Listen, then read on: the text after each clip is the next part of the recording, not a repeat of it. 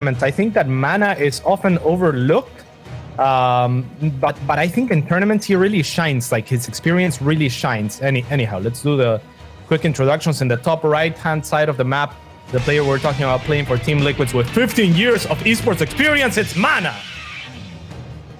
That one really jumped up on you, didn't it? Anyhow, spawning in the bottom left side, playing for Team Ago, it is Elazer.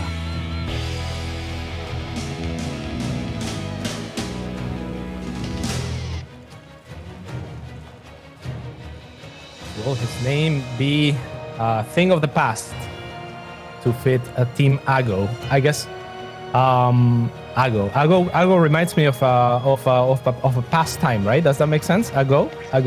Yeah. Time ago. Yeah, well, time ago indeed. Is it Ago? Actually, so Rotterdam always makes fun of me for messing up names of everything. Oh. And I remember when I first said his team name, Clash, but I called it Q-Lash. So no, I'm probably butchering it, honestly. But I would have said AGO to be safe, I guess. That would have been safe. And then somebody would have come at you and been like, "Dude, it's a go." I don't know. The fact that we've talked about it so much, even though we're messing it up so hard, probably, maybe not. Maybe we're getting it right. Well, we probably got one of them right? Yeah. Alrighty, so annoying is Liquid MaNa to start the series off with a probe. That's gonna make Elazer take that annoying far away third, and this is gonna be a feature of the map as well, right? Like relatively short rush distance is gonna allow for that probe to easily get that block off, and Elazer didn't even bother to. Nice start for the, I was gonna say Polish Protoss, for the probe.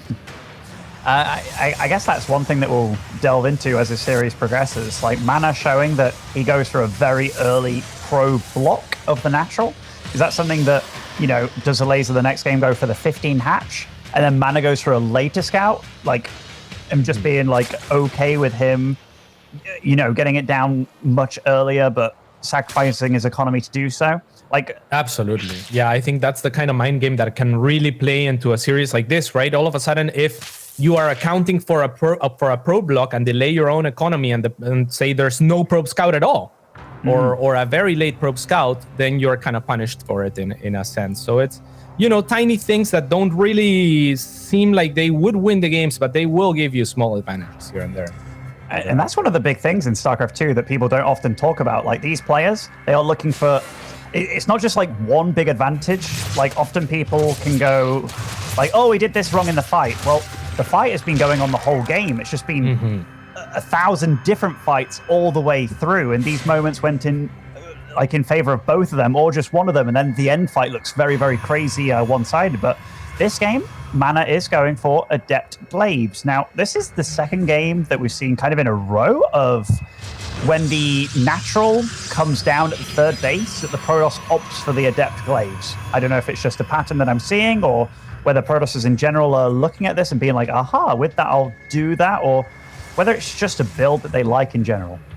I think generally speaking, especially in Korea, there's been a lot of glaving for a long while in this matchup. So it's kind of the standard. Like the standard in this matchup used to be the Stargate opening, and now it's kind of shifted to the glaives.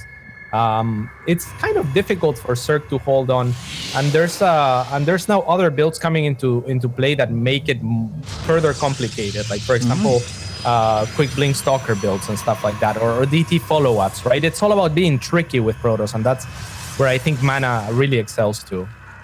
And he is being just that. Like there's a Dark Shrine going up behind all this too, throws down the third gas as well, which you can see that with the Overlord, but it doesn't really signify what entirely is going on. Also, do you think Stargate's going to come back into play with the nerf of the Queen anti-air range? I think so, and Archon drops will also be an option. Oh, so yeah. The greater the breadth of options for Protoss, the stronger they are, because as a race, I think by design, they rely so heavily on their tech advantages and the fact that they can tech in so many directions that they keep you guessing, right? And sometimes if you guess wrong, you're at a huge disadvantage. Oh, certainly. I was kind of expecting him there to get in the little ball on the ramp, given that the Queens were so far away doing what Showtime did, but he did not go for it. lots of roaches are coming out for Elazer as well. So he has definitely prepped and ready for this, but this is only wave 1 of the attack. As we see, the Dark Shrine is very close to finishing here. Yeah, I think that's the part that MaNa is banking on, is that if he loses this attack too early, then the Dark Shrine may not do anything. Here, he's able to kill the, inconspicuously, I should say, kill that Spore Crawler, right? Because it's the only thing around. So he has an excuse to target it, and Elazer doesn't even bother with the transfuses. Now that's gonna bite him. Oh, but like he is surrounding that Spore Crawler at the third base with his units, and like, so yeah, he's really trying to keep it alive here. But MaNa, he's dealing quite some damage to the units, and now I think, oh, okay, he's just gonna run away. Maybe it was gonna be close. Yeah, it was gonna be really close. Definitely was. I mean, he's happy here. Look at this. The other Spore gets taken out. This is game, I think. I mean, with this, he has to forfeit the natural base at this point. Oh my gosh, the DTs plus Adepts against Roaches? He cleaned that up, and what a game 1 between these two. Yeah, I love it. And that's really, I think, the one of the biggest strengths of MaNa is his veteran status. I think he's a very experienced player, and he's a player that's willing to mix it in, to be tricky. I think that's the essence of Protoss, is to be tricky, really. And that's why I think he continues to be surprising, is because he's willing to adapt and to pull a fast one on his opponents in tournament, whereas in ladder, he's maybe just, not as consistent or trying stuff out. I don't know. I think also, so this pays a lot to the experience of the player. He knows what to aim for in a game. Like, in ladder, you can be practicing your mechanics, practicing how to build and stuff, but this was very much, I'm going to have a really good build against Elazer, which definitely caught Elazer off guard, to say the least. And you talked about it, the way that he focused that Spore, it was the only thing there, and it's the only thing he could have done, but it was very important to try and do that kind of thing. So yeah, it was just a smart build, and it was like a 1-2 punch. A lot of people think about wave 1 of something and holding that off, but he was very lined up before wave 1 even started, that it's going to pack a punch afterwards as well, which was very smart by him. Yeah, very good patience, I think, because he did have an opportunity to trade efficiently at a ramp. But then the DTs, I mean, they come in much later, right? If Elazer shuts it down, it doesn't matter if he trades efficiently, because what's really powerful about the strategy is the 1-2 punch, right? And if you do a 1 punch and then you go and let your opponent sit down and catch their breath, then it's the second punch is not going to do anything. So knowing that MaNa really holding back until he was ready to go, and to the Spore, it was inconspicuous because he could target it there. But I think if he didn't have DTs coming, he doesn't even bother and he runs away, right? It's just the kind of situation where, well, he's there, so even if it wasn't DTs, he might have gone for the Spore, and that allows him to really just do work of Elazer. Beautiful game by MaNa. And that moment earlier as well, where I was like, oh, why doesn't he go on the ramp with the Adepts? Like, it would have been a good fight for him, but again, it wasn't about the first wave. Again, like, patience is a virtue. And MaNa really showcased that Protoss, yes, it is, it is about being surprising sometimes, but it also benefits you greatly if you act about things smartly. Speaking of that guy, spawning in the bottom left as our blue Protoss, it is MaNa.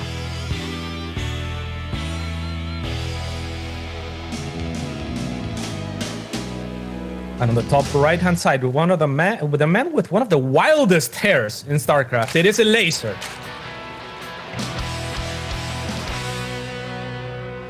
Wildest hairs?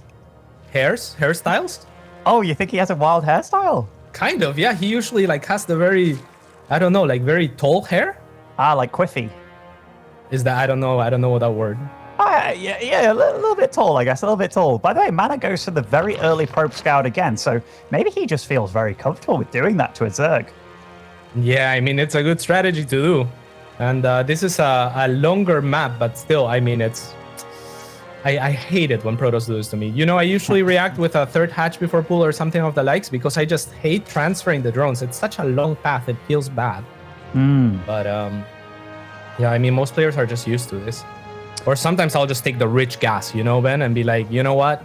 Go ahead. I'll just do something else. I was trying to think of some pro gamers in StarCraft 2 with unusual haircuts now, or a bit flamboyant.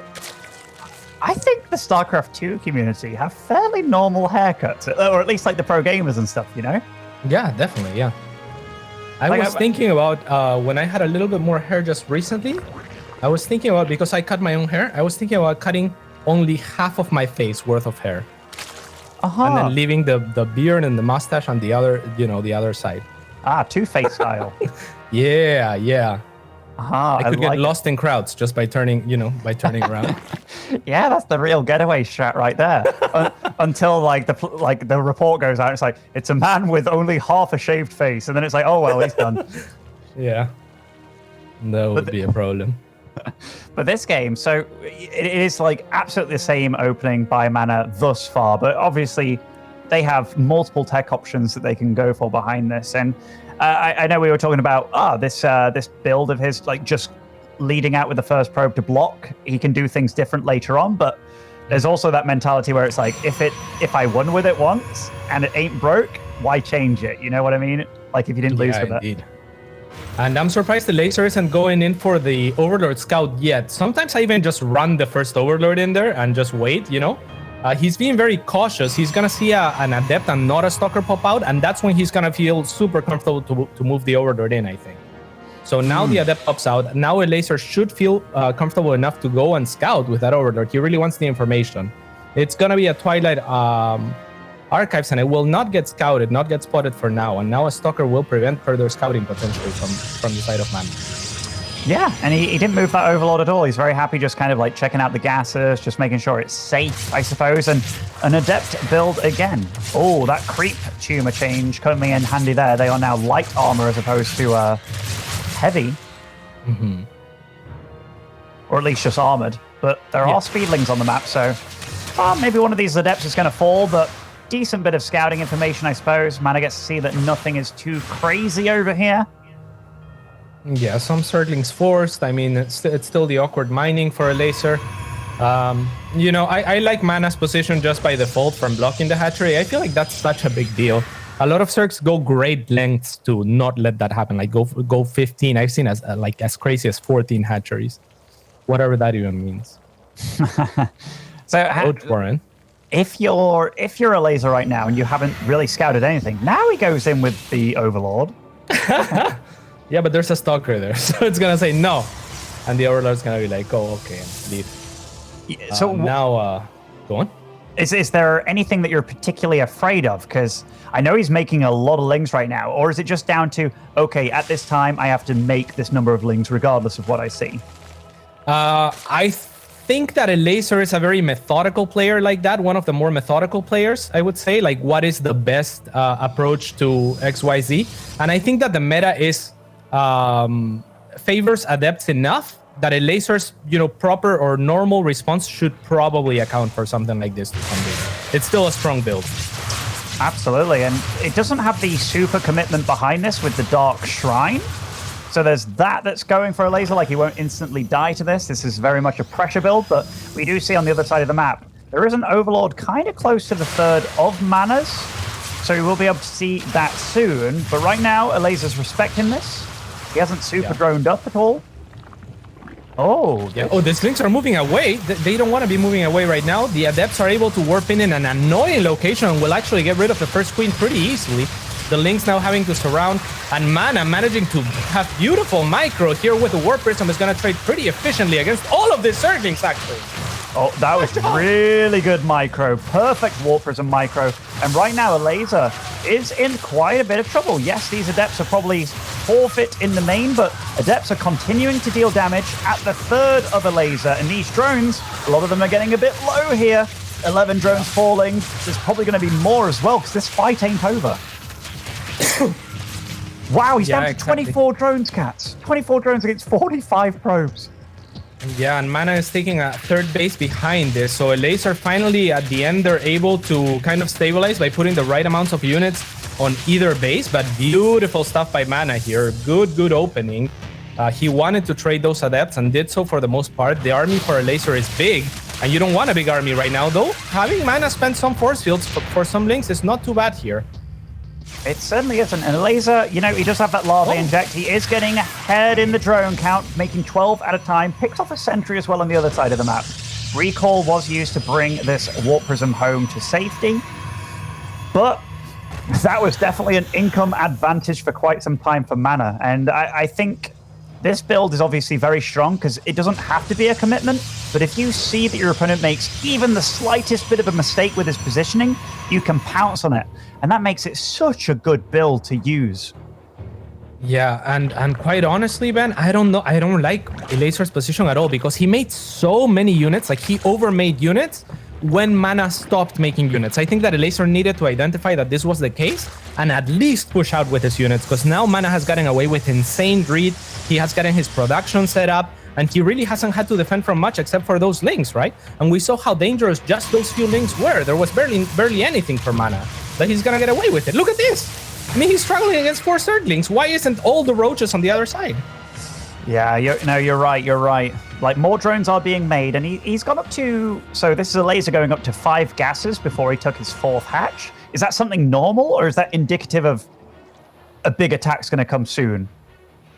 I don't know, Ben. I feel like he made so many units that that MaNa just got away with murder here. He's gotten an amazing economy now, and he's gearing up for an attack at some point, I guess, but he really doesn't have to attack. I feel like if you're MaNa, you take a 4th and transition out of this. He is getting blink. I don't like this move out. I mean, this is definitely a ballsy move out. The supplies are pretty close. We got to mention, though, none of the upgrades are really ready for the Zerg. Like, Roach speed isn't ready. Baneling speed isn't ready either. And, okay, it's sort of non-committal by MaNa. In fact, and now he's moving back.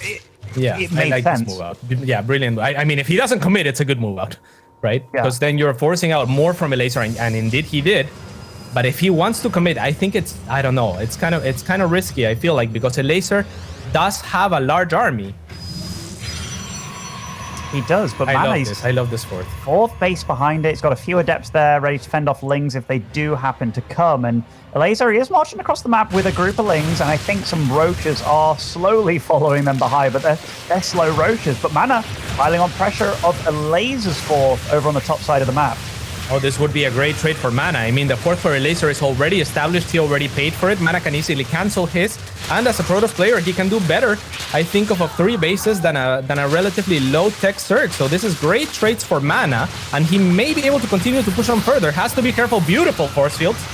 Oh, they certainly are. And the Banelings, they are going to get decent connections, but there was barely any of them. And the supply of MaNa, it's equal with the Zerg right now. Slash getting ahead, and Elazer, half his army is on the other side of the map trying to deal damage, but MaNa, he doesn't care right now. He's just blinking on top of the army and just dealing so much damage to Elazer. Oh, the drones against the Colossus. Yeah, I mean, that's not a good sign. This is looking awful. It looks like MaNa may be able to claim... So how many series has he won in a row? 2? I think this will be a second, yeah, because he did take out Art in his first game. No, I mean, against the Elazer, I mean, I'm not concerned about the tournament. I'm concerned about the title of the best Polish player in the world. Who is it? Best Polish player in the world. I mean, MaNa is looking like it right now, right? Like 30 drones going down. MaNa's got a 40 supply lead here. Takes down the 3rd base of MaNa as well. And Elazer at this point, he's trying to get Burrow upgrade going. He's making more Ravagers and stuff. He really doesn't want to lose this game, and Recall is used by MaNa as well. Like, he goes home after taking out everything of Elazer. Now he's on 3 bases versus 2. He's almost playing with his food at this point. Oh, getting Burrow and BM Pos, it looks like, at this point. Sorry, Google, I'm not sure what that was about.